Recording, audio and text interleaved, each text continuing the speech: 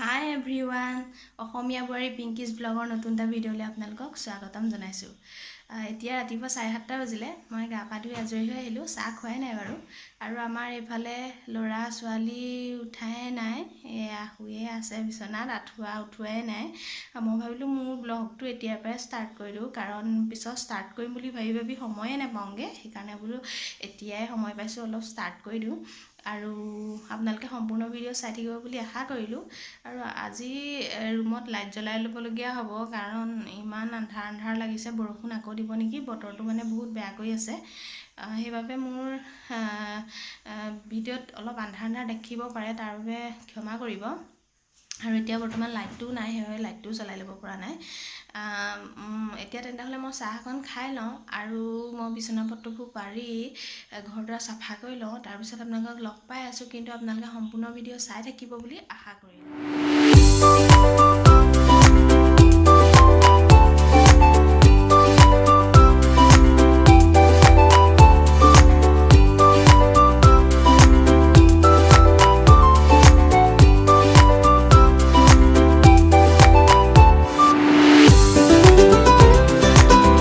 বাকী আনিলোঁ, এয়া আমি চাহ খাম।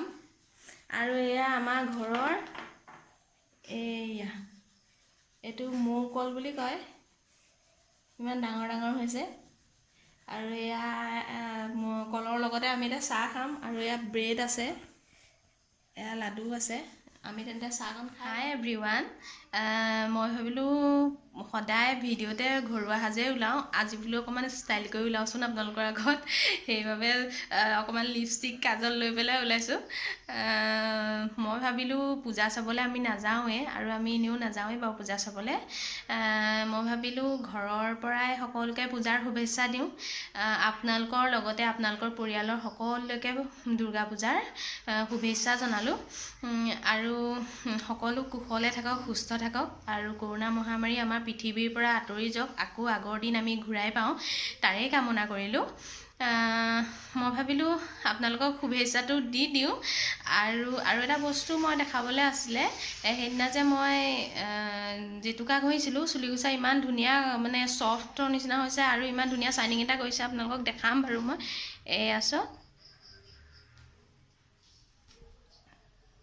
চাওক ইমান ধুনীয়া শ্বাইনিং এটা কৰিছে। ইয়াত দেখা নাপাব আচলতে। এয়া এগৰাকী ভণ্টীয়ে মোক কমেণ্টত কৈছিলে যে মোৰ ছাবস্ক্ৰাইবাৰো হয়, তেওঁ মানে জেতুকা যদি ঘঁহে চুলি ডাঠ মানে ড্ৰাই হৈ যায় বুলি কৈছে। কিন্তু জেতুকা ঘঁহিলে ড্ৰাই নহয়, এনেকুৱা কৰিব লাগিব, কণীৰ বগা অংশ, কুহুম অংশ নহয়, কণীৰ বগা অংশ যেতিয়া মিক্সিত জেতুকাখিনি পিচিব, তাৰ লগতে দি দিব লাগিব। তেতিয়া যদি জেতুকা ঘঁহে তেতিয়া চুলিখিনি ড্ৰাই নহয়। আৰু আগদিনাখনি যদি তেল ঘঁহি চুলিকেইডাল ধুই দিয়াৰ পাছত জেতুকা ঘঁহে, তেতিয়াও চুলিকেইডালৰ ইমান ধুনীয়া শ্বাইনিং এটা আহে, তেতিয়াও ড্ৰাই নহয়। তেনেকৈ তুমি কৰিবাচোন, তেতিয়া তোমাৰ চুলিকেইডাল ড্ৰাইও নহয়, আৰু এটা ধুনীয়া শ্বাইনিং আহিব, বহুত ভাল লাগিব। আৰু এটা বস্তু আপোনালোকক দেখাম, সেইটো হৈছে মই আপোনালোকক আমাৰ ঘৰৰ জাতিলাও বগোৱা দেখাইছিলোঁ, কিন্তু লগা দেখা নাই। আজি মই তাকো দেখাম। আৰু ফ্ৰেঞ্চবিনৰ গুটি ওলোৱা পুলি ওলাইছে, তাকো দেখাম। আৰু এটা ৰেচিপি হৈছে, কালি বনাইছিলোঁ ডিমৰ দমৰ ৰেচিপি, সেইটো আপোনালোকৰ লগত শ্বেয়াৰ কৰিম। আৰু কেঁচা জলকীয়াৰ চাটনিৰ ৰেচিপি এটা শ্বেয়াৰ কৰিম। আপোনালোকে সম্পূৰ্ণ ভিডিঅ' চাই থাকিব। তেন্তে হ'লে আহকচোন আমি জাতিলাওৰ লগাৰ চাংখন দেখাওঁগৈ। ফ্ৰেঞ্চবিনৰ পুলি গজিছে, এয়া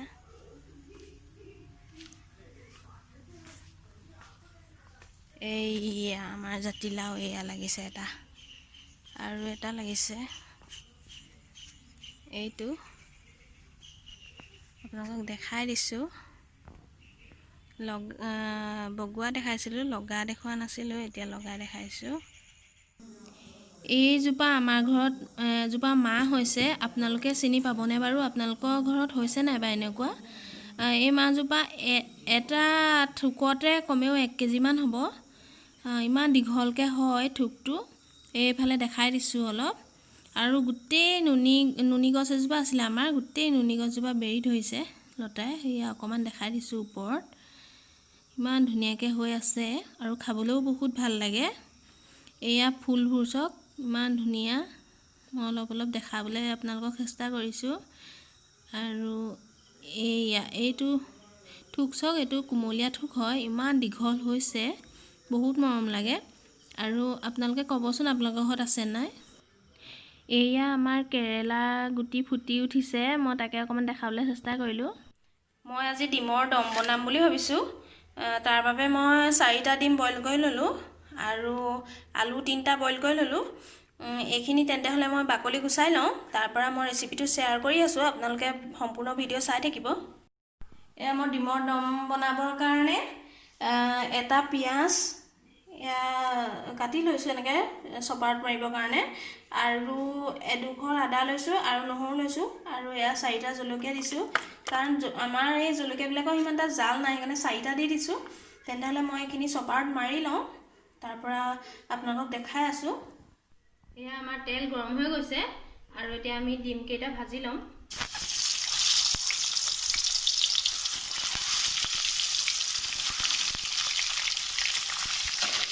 আমি ৰঙা হোৱালৈকে ভাজিম, কাৰণ ডিমৰ দমখনত ডিমকেইটা যদি ৰঙা হৈ থাকে তেতিয়া ভাল লাগে দেখিবলৈ। আমাৰ এয়া ডিমকেইটা ভজা হৈ গৈছে, আমি এতিয়া ভাজিম এনেকৈ। ইয়াত অকণ আমি চেনি দি লওঁ, কাৰণ মই ৰেড চিলি ব্যৱহাৰ নকৰোঁ ডিমৰ জোলত। আমাৰ সৰু ল'ৰা ছোৱালী আছে বাবে, সেইকাৰণে কালাৰটোৰ কাৰণে মই চেনি এড কৰি দিছোঁ। এতিয়া আমি নহৰু, আদা আৰু জলকীয়া খিনি দি দিছোঁ।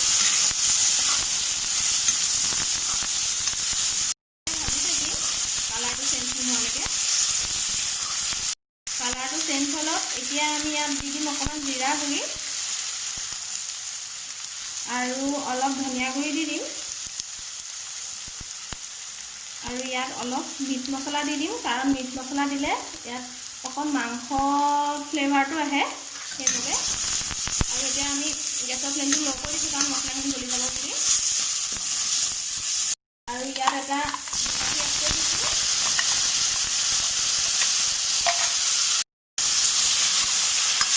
এতিয়া বিলাহী আৰু মছলাখিনিৰ পৰা তেল ওলাব আৰম্ভ কৰিছে, সেইবাবে আমি এতিয়া আলুখিনি দি দিম। আলু আমি পিটিকি ৰাখিছিলোঁ, আপোনালোকে টুকুৰা কৰি ৰাখিব পাৰে, মই এনেকৈ পিটিকি দিলেহে ভাল পাওঁ আলুটো। আমি এতিয়া এইখিনি মিলাই ল'ম। এইখিনি ধুনীয়াকৈ মিল খাই গ'ল। এতিয়া আমি ইয়াত উতলা গৰম পানী দি দিম। পানী মই গৰমাই ৰাখিছিলোঁ।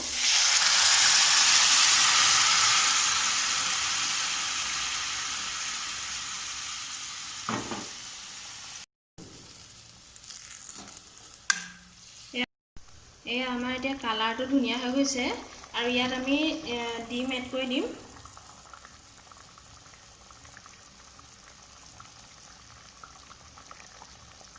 আৰু এইখিনি এতিয়া আমি ঢাকি দিম, যেতিয়ালৈকে ভালকৈ উতল নাহে তেতিয়ালৈকে ঢাকি দিম।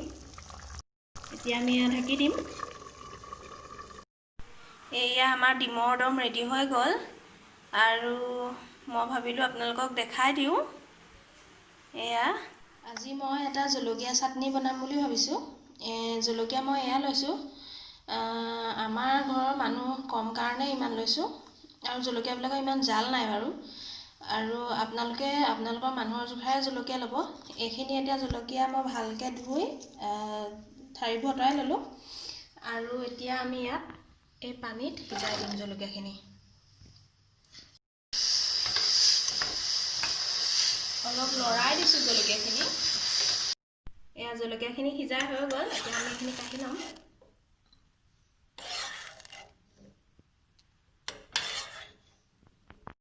এতিয়া আমি জলকীয়াকেইটা এই খুন্দনাত দি দিম।